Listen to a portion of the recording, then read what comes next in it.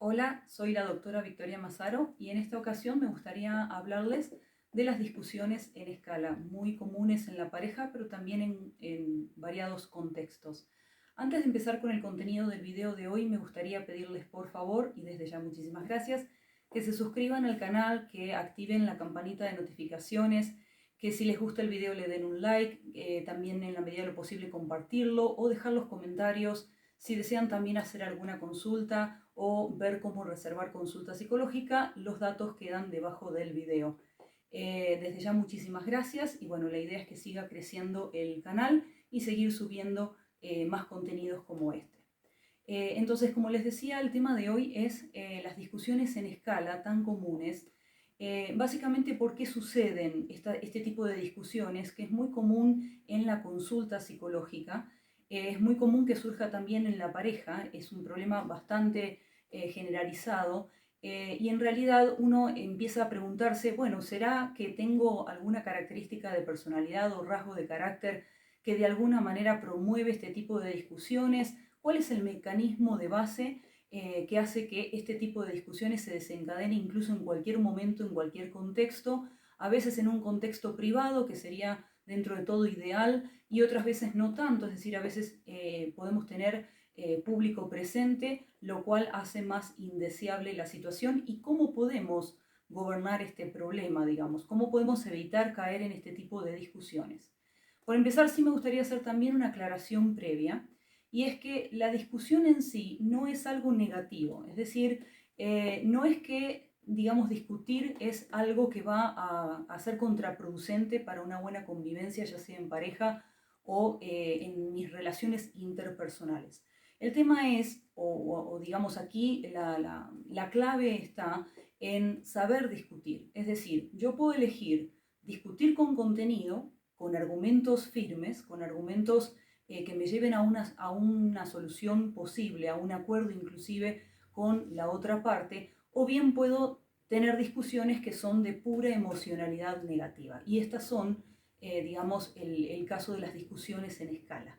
Cuando hay discusiones en escala, aumentamos el nivel de agresividad, nos vamos potenciando, cada respuesta que nos da la otra persona automáticamente la estamos procesando de manera defensiva, es decir, que lo tomamos como provocación, como un estímulo negativo, que de alguna manera lo único que hace es aumentar nuestras defensas y responder con mayor intensidad. Llega un punto en que ya no estamos discutiendo por algo en particular, sino que estamos discutiendo simplemente para canalizar hacia el exterior y casi sin filtro de parte de nuestra cognición todas esas emociones negativas que pueden ser enojos, celos, críticas duras hacia el otro, digamos emociones negativas como odio, resentimiento, lo que decía antes, celos, o algo que en definitiva lo hemos percibido como injusto y nos alteró y nos saca hacia el exterior toda esa agresión.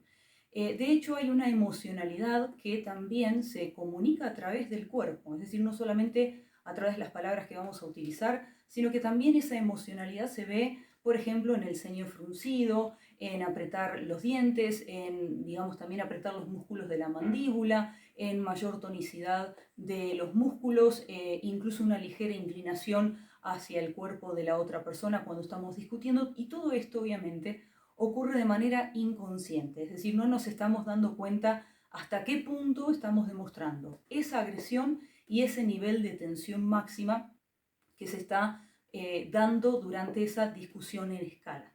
Otra característica que tienen las discusiones en escala es que muchas veces la persona que empieza este tipo de discusiones, o sea, lo que uno podría decir el agresor, si es el que ya de por sí venía con las emociones un poco revueltas, con una marea alta de las emociones negativas, es que a veces no recuerda, en la mayoría de los casos, no recuerda exactamente por qué es que empezó la discusión.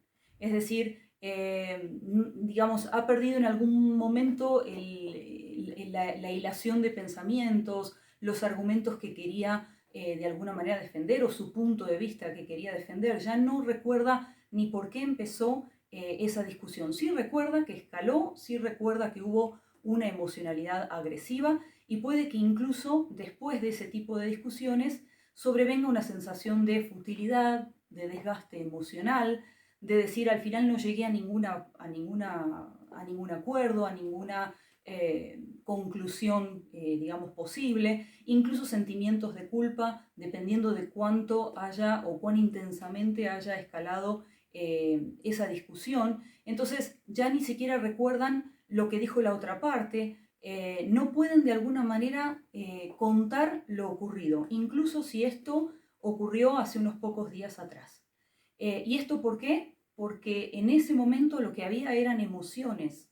En ese momento lo único que importaba era vehiculizar hacia la otra persona toda esa negatividad. Por eso esa sensación de futilidad. ¿Y esto para qué me sirve? Esto me desgasta. ¿Yo para qué le hablo? ¿O para qué intento debatir sobre este tema? ¿O para qué le digo mi punto de vista si la otra parte, digamos, no me entiende o yo no me hago entender? Entonces, esta sensación de futilidad, de para qué discutir, no tiene sentido, tiene que ver con este tipo de discusiones en escala. Cuando por el contrario yo discuto, vuelvo a aclarar, no se trata solamente de un tema de pareja, en cualquier relación interpersonal, cuando yo discuto con argumentos firmes, trato de recordar las palabras que realmente expusieron esos argumentos al detalle. Tengo muchas más posibilidades de llegar a un acuerdo con la otra persona porque estoy basándome en una línea de argumentos, estoy expresando mi punto de vista, estoy incluso proponiendo distintos escenarios posibles de solución a un mismo problema. Entonces, cuando yo recuerdo ese tipo de discusiones, recuerdo por qué empezó, recuerdo cuál era el énfasis, cuál era la línea argumental principal mía y la de la otra persona, y también incluso puedo recordar si llegué o no llegué a un acuerdo o si estoy cerca de lograrlo. Este es el escenario más ideal para discutir. ¿Por qué? Porque somos seres humanos, porque cada ser humano piensa, percibe, siente, incluso tiene un background, tiene una experiencia propia, subjetiva, que hace que muchas veces no coincida con, digamos, lo que tiene la otra persona también para sostener su línea argumental, y por eso, digamos, se da una condición mucho más ideal para no solo debatir, esta es mi opinión, esta es tu opinión, tratemos de llegar a un acuerdo, sino también de alguna manera sentir que esa interacción valió la pena. Es más, nos deja la sensación de menos mal que tuvimos este debate, menos mal que tuvimos este intercambio de palabras para ponernos de acuerdo cuál iba a ser la estrategia o para ponernos de acuerdo en cuál iba a ser la mejor solución a eso que queríamos solucionar. En el caso, digamos, de las discusiones en escala, tenemos una mala pasada de nuestra cognición que tiene que ver con nuestra capacidad de juicio como función psíquica superior no ha intervenido fehacientemente o no ha intervenido efectivamente en las discusiones en escala.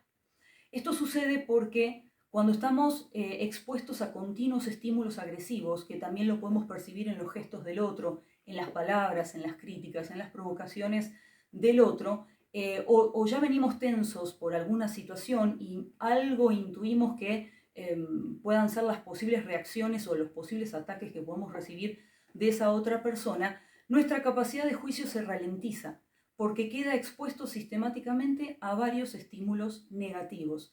Solamente va a procesar los estímulos que sean, digamos, que tengan alguna similitud, alguna característica similar y que coincidan en el tiempo. No va a hacer asociaciones con representaciones más amables o con antecedentes que de alguna manera explican los hechos más recientes.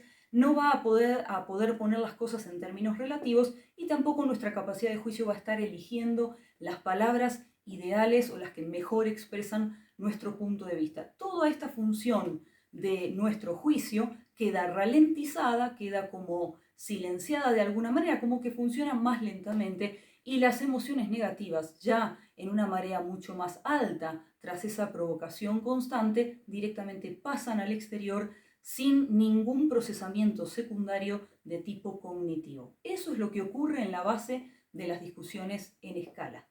Ahora bien, y con esto ya finalizo para que no se me haga muy largo el video, Me preguntarán, y bueno, ¿cómo lo puedo controlar? Ya entendí cuál es el proceso de base y ahora qué estrategia puedo implementar para lograr discutir cada vez menos con puras emocionalidades negativas y discutir más del otro tipo, más ideal si se quiere, desde el punto de vista psicológico, que es la discusión con argumentos firmes. Lo ideal es hacer un ensayo, un entrenamiento que va a dejar una huella de aprendizaje de tipo cognitiva, que tiene que ver con, yo quiero aprender a discutir bien, con argumentos. Entonces, ¿cómo voy a hacer ese ensayo? Lo voy a hacer probablemente a solas o, digamos, sería preferible que sea a solas, frente al espejo, de ser posible, para que analicemos toda nuestra gestualidad, toda nuestra postura, el énfasis, el tono, las palabras que elegimos para argumentar, ¿sí? Tengan presente que lo ideal es argumentar, no tanto digamos, criticar, ni señalar, ni atacar o dar golpes bajos a la otra persona para que justamente sus emocionalidades negativas se exalten. Yo no quiero elevar la marea negativa, quiero por el contrario mantenerla a raya, mantenerla bajo control. Entonces tengo que controlar mis posturas, mi gestualidad, el énfasis o la tonalidad de las palabras, elegir muy bien las palabras que voy a utilizar y tratando de alguna manera ilustrar mi punto de vista. No decir, yo pienso esto y esto es lo que hay que hacer y punto. No, tengo que ilustrar, tengo que explicar, tengo que decir, lo estuve pensando por este lado, se me ocurrió tal cosa, a ver qué te parece. Es decir, también puedo utilizar frases un poquito más conciliadoras para disminuir las defensas del otro y evitar esa marea alta.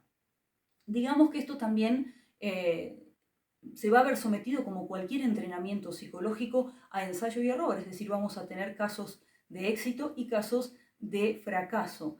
Y el verdadero desafío va a ser justamente discutir con otra persona, ya sea con un público presente o en una situación más privada. Es decir, eso va a ser demandante, vamos a recibir a lo mejor provocaciones de la otra parte, tenemos que estar preparados a ver cuáles podrían ser las posibles reacciones de la otra persona. Si ya la conocemos, por ejemplo, nuestra pareja, mucho mejor, porque ya sabemos qué frases hay que evitar, que son, digamos, más sensibles para la otra persona, y en caso de que esa persona reaccione como en el pasado, ver, digamos, qué palabras puedo pensar mejor, qué gestualidad, qué énfasis o por dónde quiero discurrir esa discusión para que no se me vaya para el lado de la emocionalidad negativa.